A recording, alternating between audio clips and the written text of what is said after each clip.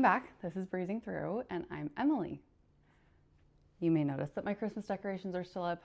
Yes, I'm filming this in January. We were all sick at Christmas, and then by the time school got back into session and my daughter was back at school, we had a million other things going on, and so I just haven't gotten to take my Christmas decorations down. I'm doing that this week though. So you're gonna see Christmas decorations in the next two videos. You'll be fine. It's coming down. So today I want to talk about seashells. Why am I talking about seashells? If you are anything like me, I have discovered by talking to other people of ADHD, especially women, that we like to collect seashells and rocks. It is not a universal experience, but there are a lot of us that do. What do you do with all of them? Especially if you don't want to just like decorate your house with seashells. But this is something my daughter has also enjoyed doing. So we have seashells from when we were in Argentina. We have, these rocks are from a beach that we used to go to when my daughter was really little. And I actually collected all of these like right before I had her. I think I was there in March. Yeah, and then she was born in April. So it was like 2 weeks before I had her. I collected all of these rocks with my cousins.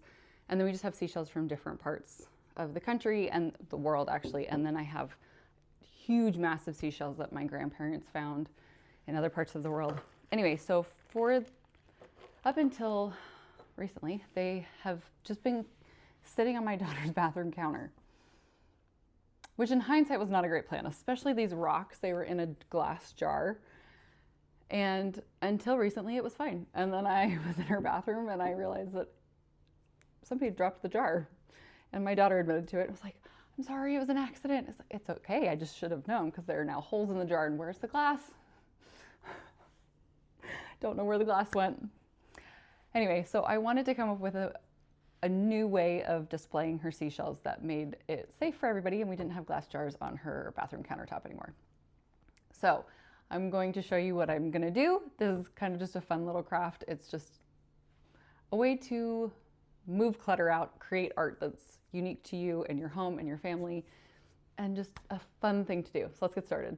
So this is everything I'm working with. As you can see, this is the glass jar that has holes in it. I'm not even sure how this broke and did not shatter, but we've got coral and seashells from Mexico, all of these shells from Argentina, and these are the shadow box picture frames that I'm working with. When I first started laying everything out, I had no idea what I was gonna do with it all. There's just so much of it, and I only had 5 frames. I do still have room on the wall, and you'll see what I'm done in the end, but I think I'm gonna get a couple more frames to see if I can do something with the leftovers that I still have. Anyway, I laid everything out kind of in groups just to see what I was working with so I could decide what I was going to do with them. And I'm not going to bore you with all the different iterations of ideas that I came up with, but a lot of them were terrible. But then I started really thinking about it and got my creative juices flowing, and I came up with some fun ideas, like a flower out of the oyster shells and the sea urchin shells. And my daughter really liked this because she thought it looked like the state flower of Hawaii, and they've been studying states at school, and so she thought that was really fun. Once I did this one, I feel like I figured out what I wanted to do with the rest of the frames and the rest of the shells, and I really got into a groove because this kind of got me into that mindset of making little flowers and flower themes. Except for when it comes to these shells from Argentina. We found these when we were in Puerto Madryn, which is in Patagonia, and I just could not come up with an idea for these. And then I was like, wait a second, what if I did a spiral? And so I went on the largest on the outside all the way onto the inside, which was the smallest of the seashells. And for the most part, they're very, very similar. There are a few that are slightly different. And I have to say, these seashells are so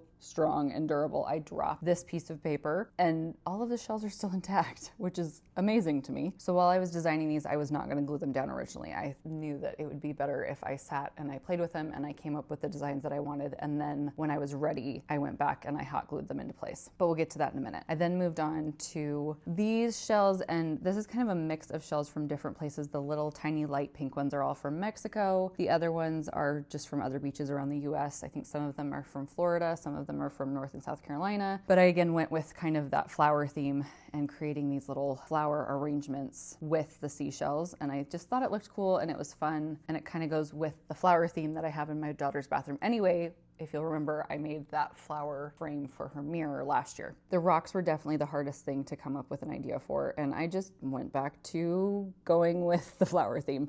Luckily, I had a wide variety of sizes, and so I was able to find pieces that worked for the centers and other pieces that worked for the petals. I tried to keep the petal sizes very similar, but when it came to color, I just did whatever worked best. I did have a lot of rocks left over, and I'm gonna have to figure out what I'm gonna do with the rest of them. Then I had the coral, and this is the one that I thought I had it all worked out, but then I tried to put it on the wall and the back of the frame just won't stay on because the coral is too tall for this shadow box. So I need a different, deeper shadow box, which is sad. But I like how this turned out. I like all the different pieces of coral. They are from Argentina, they're from Florida, they're from South Carolina. I think there are some from Mexico in here as well, the ones that have a little bit of pink in them. And so this was fun. It was just a compilation of all the different coral pieces we have. And as I mentioned, once I came up with the designs that I liked, I then started hot gluing everything into place. I just used my hot glue gun and then I glued them onto the paper while the back of the frame was underneath the paper because it was a lot easier to transport them that way. And when I say transport, I mean move them from my kitchen table to the counter, which is where I was doing the hot gluing. I really tried not to use a lot of hot glue because I didn't want to damage any of the shells. It really didn't need a lot of it in most places. It just needed a little bit of glue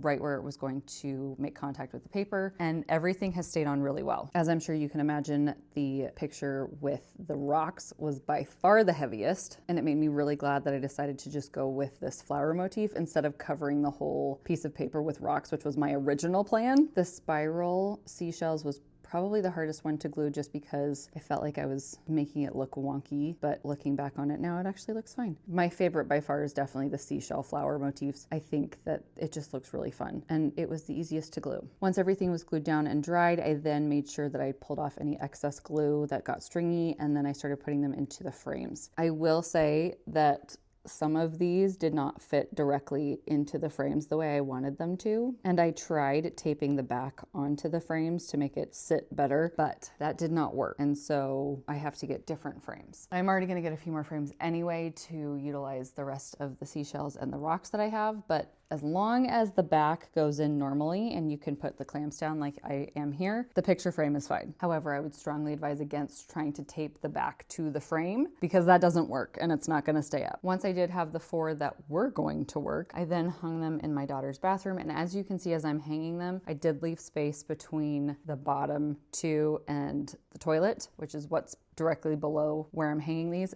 because I'm going to add more with all of the extras that I have. So there you go. Didn't really take me very long. I did it over a few days when I had time because I had a million things going on, but I love it. I think it's super cute. I do still have these and this piece. Not sure what I'm going to do with these yet because these just weren't going to fit in the frame. Also, I do have the frame that has the coral in it.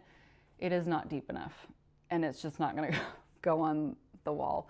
So I either need to get a different frame or figure something else out for the coral. But I do like the 4 frames that are up. I think it's perfect for her bathroom.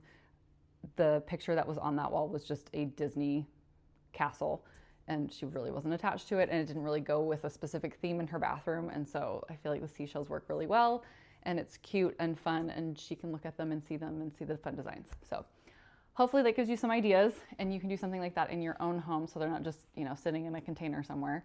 If you enjoyed this video, be sure to like and subscribe so you can see more videos like this in your feed.